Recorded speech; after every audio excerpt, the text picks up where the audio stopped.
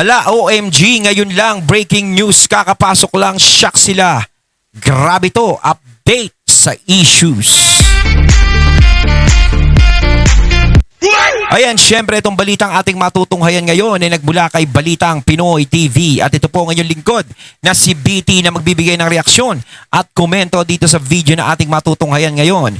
At wag na natin pagtagalin at sabay-sabay na nating panoorin ang laman ng video na hatid sa atin ni Balitang Pinoy TV at bibigyan natin ng reaksyon ang balitang ito. Pasok! Ito, panoorin natin. Makakausap natin ngayon si Senador Kiko Pangilinan. Magandang gabi po sa inyo, Senador. Magandang gabi, Corina. And syempre, bago natin simulan ng video ito, nais ko nga pala magbigay ng credits dito sa boses at video na matutunghayan natin ngayon. At bibigyan ng reaksyon, walang iba kundi si Sir Donmar TV. Syempre, huwag niyong kalimutang suportahan ang channel ni Donmar TV. Mga katunay, pakibisita po yan. At huwag niyong kalimutang mag-subscribe at mag-follow para maging updated po kayo sa mga vlogs, reactions sa mga balita na hinahatid sa atin ni Sir Donmar TV. Ipagpatuloy natin. Mga nanonood, magandang gabi. Ay, salamat. Ayun. So, the question of the day is, legit ba yung naging pagdinig ng Cayetano Block sa flood control scandal kanina? Why or why not? Hindi siya legitimate, bogus siya. Ang ating... Bogus daw. No, bogus. Iba talaga, no? Ako talaga, no? Nagtataka ako kung bakit nanalo tong taong to. Di ba? Nagtataka ako kung bakit nanalo pa to at nakabalik pa to sa Senado. Sa totoo lang, isa naman to talaga sa wala namang ginagawa sa Senado masyado to. No, kaya ang dami-daming bago, ang dami-daming magagaling na tumatakbo nun. Bakit etong mga ganitong klaseng tao? Ano ba? Nagre-relay lang ba tayo sa pangalan? O dahil ba asawa to ni Shawi o ano? Bakit? Ibang karisma na itong tao natin. Ewan. Paano naging bogus? Sabi niya, Bogus. hindi raw legit at Baka kayo yung bogus kasi sa totoo lang hindi naman kayo yung legit na dyan 'di ba sa Senado, 'di ba? bogus raw. Kayo yung bogus. Sa totoo lang. Kasi raw nakasaad sa ating constitution na kailangan po kayo umabot ng 13. Oo. Okay? Para maka-vote ng another Senate President. Pangalawa, hindi kayo umabot ng 13. Di umano I don't, 13 ba yun o 12? Na pwede kayong mag-conduct ng business na mag-re-elect kayo. Okay? At iniisa-isa ninyo ng kinuha ang mga komite tapos nag-distribute kayo ng inyong sarili. Okay? Hindi po kayo ang right person na makapagsabi na legit yun or bogus. Kasi ang hirap sa inyo, mga hipokrito kayo, sabi pa ninyo magtrabaho. Sa totoo lang, nayayabangan ako dun eh. Oo, sa totoo lang din. Yan yung sinasabi nila na kailangan magtrabaho. O kaya nga pinapapasok nila, no? Pinapapunta nila sila Senator Alan, ganito, ganyan. Kailangan naming magtrabaho, May raming Pilipino ang umaasa sa atin, ganito. Sa totoo lang, anong klaseng trabaho ba yung ginagawa nyo kapag pumapasok kayo dyan sa Senado? 'Di ba? Sigurado bang yan ay nakakatulong? Alam nyo yung tulong na gusto namin. Yung tulong na gusto namin ay malutas ang naging problema na to sa flood control project. Yun ang gusto namin. Yun ang trabaho na gusto namin gawin nyo. Na hindi nyo ginagawa. 'Di ba? So ang gumagawa ngayon nun, yung mga taong sinasabihan nyo na hindi pumapasok, mabuti pa nga yung mga taong yun hindi pumasok eh. Pero ginulat kayo kasi investigasyon agad yung binuksan nila, flood control agad. Kayo, araw-araw kayong pumapasok. Anong ginagawa nyo? Paiba-iba yung pinagagagawa nyo. Yung flood control, sinasabi pa na, wala na, sarado na yung issue na yan. Parang kalimutan na yan. Doon na tayo sa impeachment ni Sara Duterte. Di ba? Parang hindi pa tapos pero sa inyo tapos na. Hindi pa tapos pero tigil na. Di ba? Kukurnihan ako doon sa kaplastikan ninyo. Kayo pa yung magsasabi na bumaba ka na kay Tano para magtrabaho? Nagtrabaho nga kayo pero mag-walk out naman. Ano tawag niyo doon? Hipokrito. Parang sila lang yung may karapatan na umalis, hindi pumasok, mag-walk out. Pero nung inano sila ni Cayetano, niresebakan sila ni Cayetano, kita mo naman, mga galit na galit, mga umuusok yung ilong. Kala mo nakakain ng isang takot na sili. Ha? Kung ang mga majority hindi sisipot doon sa session, sasabihin ninyo magtrabaho kayo. Pero kung maka-walk out kayo, ang wagas-wagas kayong mag-walk out, ano yun? Ano yun? Pinagsisilduhan kayo tapos Yun ang trabaho nila, mag-walk out. walk out? Gago pala kayo eh. Session. Sabi nga nila, pwede pa nilang ulit-ulitin yung walk out na yun. Yesterday, dineklarang all positions vacant. Hindi na chairman ng Blue Ribbon, chairperson ng Blue Ribbon Committee, si Senator Pia Cayetano. Sa paniniwala ninyo. Okay? Remember, hindi lahat kayo, mas majority of the senators, pati I include Bato and Bato and Estrada. 13. Majority of the senators. Kung tutuusin kasi, si Senator Bato tsaka si Jinggoy, kasama pa rin sa bilang yan, si Senator Jinggoy. Kasi sa totoo lang, nandito pa rin sila sa Pilipinas. Di ba si Senator Bato, alam natin, nasa Pilipinas pa rin yan. Si Senator Jinggoy, nakakulong lang, pero nasa Pilipinas yan. Di ba? Hindi pa sila patay. Di ba? Hindi naman sila nag-resign. Hindi naman sila tumira na sa ibang bansa. Hindi naman eh. Nandito pa rin sila sa Pilipinas. Kaya kung tutusin yung access nila, tuloy-tuloy pa rin yan eh. Di ba? Kumbaga kasama pa rin sila sa bilang dyan sa Senado eh. Diba? 24 pa din kayo. Yung presensya lang nila ang wala, pero nandiyan pa rin sila. Kahit ipakulong nyo nga lahat yan eh. Sila SP Cayetano eh. Tuloy-tuloy pa rin ang proseso niyan, ganun pa rin ang bilang niyan. Hanggat hindi sila nagre-resign, hanggat hindi sila natatanggal sa posisyon nila. Di ba? So ano yung karapatan nyong magbotohan? Alam niyo naman siguro yan eh. Ang problema kasi, kahit na ganyan lang, sitwasyon, is alam natin, pinaburan kayo ng palasyo. Iba talaga kapag matibay ang sinasandalan mo, no? Marmol. Yung tipong ang hirap pakuan ng pako, kahit martilyuhin mo, nababaloktot yung pako. Tibay eh. Considered, yung mga ginagawa ninyo doon sa pag-distribute ng mga tungkulin, illegal yun. Okay? So kayo lang ang nagsabi niyan. It is now Senator Erwin Tulfo. So, that was a bogus investigation. Alam niyo sa totoo lang, no? Si Senator Erwin Tulfo, si Senator Erwin, hindi pa pwede na maging chairman siya ng Blue Ribbon. Kasi sa totoo lang, isa siya sa mga nabanggit sa issue na yan.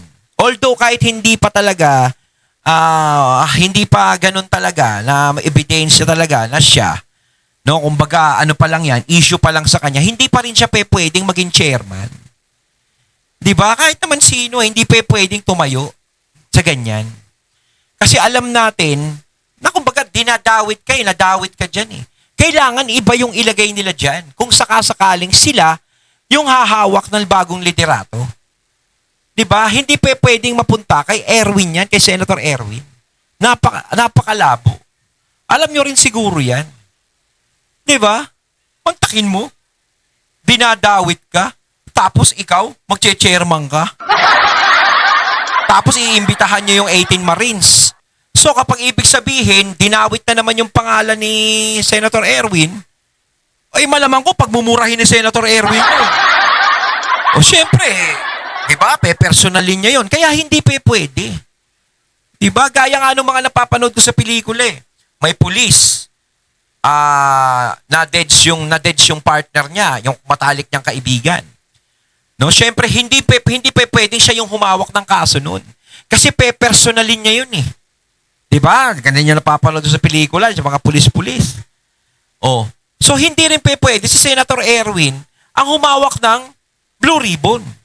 Kasi kung may magbanggit na naman sa pangalan niya, personalin niya yun. Dapat yung hindi kasangkot dyan. Yung walang kinalaman dyan. Diba? Dapat ilagay niyo dyan si Marcoleta. Baka naman mamaya sinasabi nyo, hindi sangkot dyan, hindi ano dyan, hindi sinasabing sangkot dyan, hindi dyan. Ang ilagay natin kaya dyan si Lito Lapid.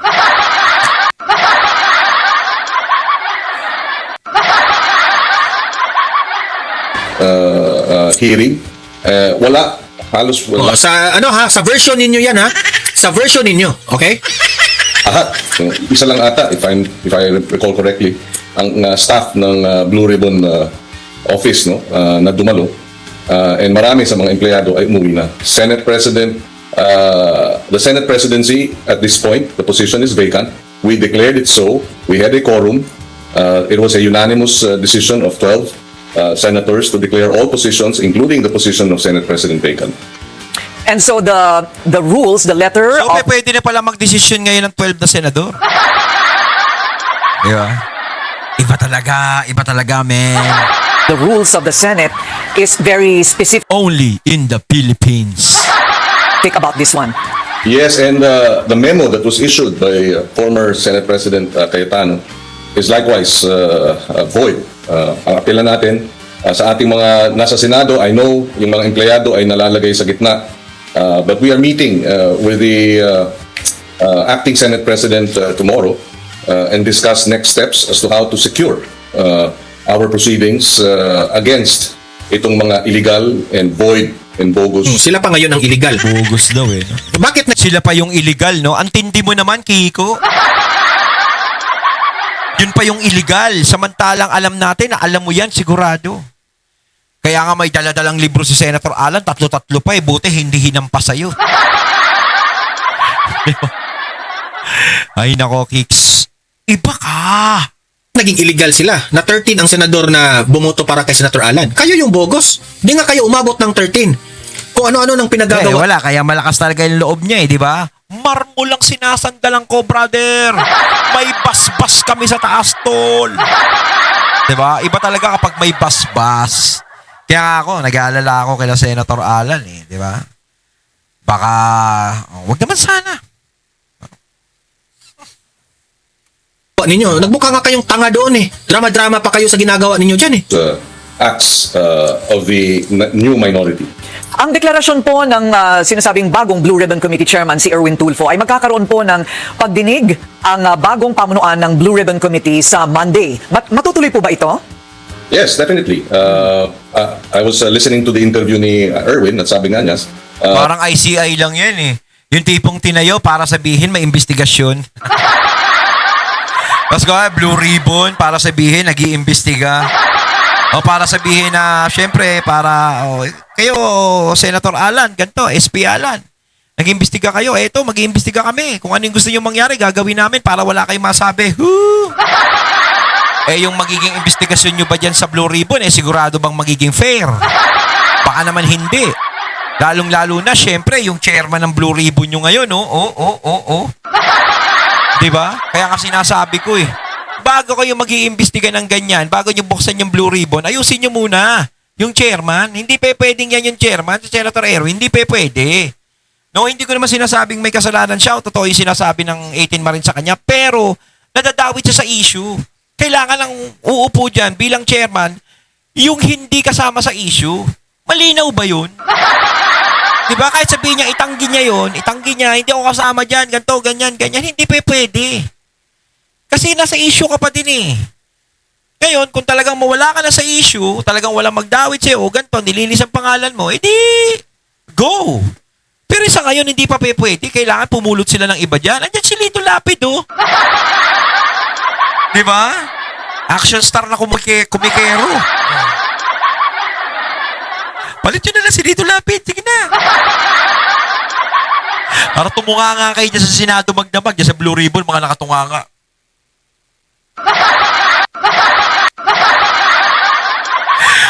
Ikaw, anong problema mo? Anong kinalaman mo sa flood control?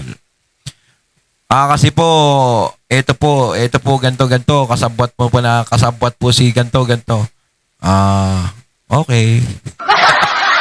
Iba yan, pag si Lito Lapid yan. tuluyan sa Lunes. So, Sino po ang mga imbitado? na mga detestigo. Lahat ng nagdumalo kanina ay iimbitahin ulit. Kaya nga itong sinasabi nilang Yan yung sinasabi ko lahat ng dumalo. Kuwari, 18 Marines dumalo. O alam naman natin, binanggit nila si Senator Erwin. So kapag binanggit nila doon, malamang personalin sila ni Senator Erwin doon. Si Senator Erwin pa ba? Kitang-kita mo naman sa radyo yan kung magtatatalak yan, di ba? Parang nanay ko lang yan, Oh. nais naming busalan, kaya kami reorganization dahil ayaw namin lumabas ng katotohanan. Kalokohan yun. It is a continuing, how do you call it, announcement of lies. Paano po, Sen, kung... Namaluktot ang katotohanan. No? Hindi totoong Kayo yung bumabaluktot. Ikaw nga dati, dilawang ka Nasaan na yung prinsipyo mo, boy? Nabaluktot ang katotohanan? You mean to say yung mga lahat ng sinabi ng mga 18 ex-Marines, baluktot yun? Diba? Diyan pa lang nakikita na natin tapos iimbestigahan nyo. Napapagalata ka na. Sa interview pa lang sa'yo, no, Kik? Sa interview pa lang sa'yo, nakikita na natin kung ano yung gagawin nyo sa 18 Marines. Kaya magkanda kayo ng sarili ninyong Blue Ribbon kasi baluktot yung ginawa ni Alan at ni Marcoleta? Ganun ba? Paano naging baluktot yun, sir? Kung tatanungin yan ni Erwin ngayong Monday, kung tatanungin yan, ganun pa rin yung sasabihin nila. Paano naging baluktot? Ang hirap sa'yo, wala kang argue. Kaya nga ganun pa rin sasabihin nila, malamang aawayin sila dyan. Argumento. Sasabihin mong baluktot, illegal, lahat. Pero wala ka namang binibigay na argumento. Yan ang hirap sa'yo, Kiko. takot kaming may ilalabas. Hindi totoong tinitigil na. In fact, meron na lang Takot kayo kasi nagmamadali kayong kunin ang pwesto ni Senate President Alan Peter Cayetano. Kayo yung takot? Ayaw pa ninyong umamin eh. Kung layunin ni Senator Alan Peter Cayetano, itong Blue Ribbon Committee na matumbok natin yung katotohanan, bakit hindi nyo ginawa yan nung panahon ni Ping Lacson dyan sa Blue Ribbon? Bakit nakaya lang din to, ni Senator Alan Peter Cayetano at ni Marcoleta na mapakuha itong 18 ex-Marines pero hindi kaya ng bangag mong kapwa senador na si Lacson? Bakit hindi niya kayang pinatawag yun? Kasi na-mention yung pangalan ni Soto. Na-mention yung pangalan ni Erwin. Mga gago kayo. partial report. Itong pumirma doon sa partial report ng Blue Ribbon Committee under Senator Ping Lacson. We recommended the filing of charges and recommended placing colleagues in the Senate under preliminary investigation for corruption. But they Pinapipirma ninyo. Pero ayon kay Senator Marcoleta, kulang-kulang. So, bakit sila pipirma? Na lacking pa yung report. Yun ang point eh. Bakit yung sabi nga nila, saka kami pipirma kung kumpleto na yung report. Kung napatawag na si Saldico, napatawag na si Martin Romualdez, yung 18 ex-Marines nakapagsabi na. Kasi at that time, hindi pa nila napatawag yung 18 ex-Marines eh. Ngayon, anong nangyari? Papipirmahin ninyo? Gago. refused to sign it. Kaya Yung mga binanggit ba na sinasabing kasabwat dyan sa flood control issue na yan, kaya nyo bang imbitahan lahat yan sa investigasyon nyo? Di ba? Maniniwala ako sa kanila kapag napababa nila dyan yan. At saka yung kahit may ikanta, kahit kaibigan nila, maniniwala ako talaga. Di ba? Kung kakayanin ng mga budhi nila yun. No, pero kapag ganyan, may mga bumaba at nadawit yung mga kaibigan nila at parang nagmalalakson lang sila, wala. Singaw. and of course, yung Kaya nga, they refuse to sign it because it's lacking. Utak, sir, utak. sa pangkataka-taka, iba ang sinasabi, iba ang ginagawa. Sabi nila, Wow, sila pa yung iba ang ginagawa. Kayo yun. Kayo yun, sir. kaya nila nilalabas itong katotohanan dahil galit sila sa corruption. So hindi na nga nila pinipirmahan yung Blue Ribbon Committee report. Pangalawa, ang Paano nga, sabihin mo kay Corina, hindi nila pinirmahan yan ni Marcoleta kasi kulang nga. Paano nila pipirmahan yan na hindi nyo pinatawag yung mga mastermind? Gago. Oo. Gago ka. alam nila bilang vice chairpersons ng Blue Ribbon Committee, parehong merong under investigation o kaso ng plunder. So, sana ang publiko Kaya munti ka na kay Robin makita na iba yung sinasabi nila Iba yung ginagawa nila. At hindi tama Iwan ko ito. sa'yo, That is why, hiniling natin na magbitiw sa tungkulin. Bobo ka talaga. After so many violations of our rules and even the Constitution, and yet he refused. And so we, by vote of 12, unanimous, declared the position of Senate presidency and all other elected positions vacant. So in effect, we removed him as Senate President and kinilala na Ang kakapal niyo, we remove him. Kinilala na. Bakit? May numbers ba kayo? ng Office of the President, kinilala na ng House Ayan, kinilala na ng pader. of Representatives ang leadership ni Acting President Win Gatchalian. Siyempre, kikilalanin kayo. Siyempre, kayo ba kakalabang kayo? Malabo yan. Tropa. Iba ang tropa. Tropa. Di ba? Mga tropa eh. So, sabi ko nga, the writing is on the wall for former Senate President Alan Cayetano. We appeal to him as he did finally nung bumaba siya sa pwesto bilang Speaker of the House after locking down the House. Napilitan na rin siya na bumaba sa pwesto. Sana, we appeal to him, yan ang gawin. Napilitan siyang bumaba sa pwesto? Hindi pa siya bumaba, sir, ha? Kung ano mga pinagsasabi nito, eh. Napilitan rang bumaba sa pwesto. Hindi nga, bumaba. Para makapagtrabaho na tayo. Okay, dalawang maikli na lamang po. Tila, pagka hindi po sumipot ang mga iimbitahing mga testigo, like ito pong mga marino, yung 18, ano po ang scenario ninyo sa Lunes? Well, we have Kaya pala naguguluhan si Sharon, no? parliamentary remedies. Our rules provide for subpoenas, so we hope hindi na umabot doon. We can also cite them in contempt of the committee. A contempt of the committee is contempt of the Senate, and have them arrested. But we'd rather not do that. We hope they will cooperate. Okay, so do you have other witnesses aside from the 18 Marines, and that thereby you can go ahead and proceed with your hearing? I understand si Senator Erwin will be inviting the NBI and the Ombudsman. Anong kinalaman ng NBI at Ombudsman para kakampihan kayo? Ay, nako. Bakit ganun lang? Bakit yun lang iniimbitahan nila? Ang dami-dami pa eh. Yung tipong labas sa usapan, no? Iniimbitahan nila. Ang NBI at ang Baka mamaya, pahuli nyo lang yan eh. Yung 18 Marines eh. Baka mamaya, trap lang sa kanila yan. Ako ha. Joke. Ombudsman, hawak yan ng leeg ni BBM. Okay? Bakit naman natin ipatawag yung Ombudsman at NBI na yan? Siguro sa ibang bagay, pero sir, alam mo, nabanggit doon ng mga ibang mga testigo, ha, nakasali ang pinsan ng Pangulo, pati ang Pangulo, anak ng Pangulo, asawa ng Pangulo. Tapos i-invite niyo yung NBI Ombudsman? Kapag pumunta Para magsinungaling. kapag pumunta yung 18 Marines dyan, para silang pumunta sa kuweba ng mga leon. Hindi, sa totoo lang. Tagilid ang 18 Marines dyan, sa totoo lang. Nako. Ting? Dahil they are also doing investigations on this matter. Okay, huling tanong po. Bias naman sila eh. Hawak yan ng leeg ni BBM. Tanga. On the Senate presidency question, dahil kailangan po ng 13 boto, hindi po ba? Nakikita po ba ninyong aabot ito ng Korte Suprema? Isang remedyo yan, sana hindi na. We would rather that this be resolved among the 24 senators or 22 senators. And so we're hoping na may oras pa na magbagong isip ng ilan nating mga kasamahan. What about Kung calling on a special session from the President? That is an option. Pero ako'y naniniwala, si Senator Win Gatchalian, nakatrabaho marami na ngayon ay nasa minority.